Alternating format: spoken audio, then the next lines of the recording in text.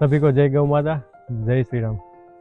अभी हम जो गौशाला की खिड़कियां हैं उसमें हम प्लास्टिक बांधते थे ताकि गौ माता को बारिश के टाइम में पानी अंदर ना आए और जो ठंड का मौसम है उसमें उसको ठंड ना लगे।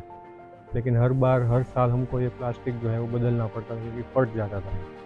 आज हमने जो खिड़कियां हैं उसमें वो प्लास्टिक हटा के नई खिड़कियां लगाने का कार्य किया है।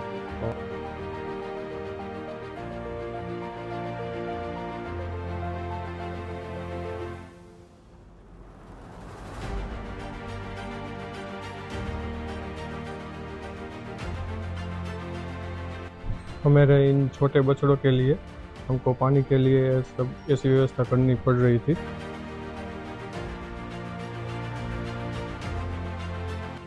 इसीलिए हमने इनके लिए अलग से नई टंकी रखी आज ताकि वो आराम से पानी पी सके।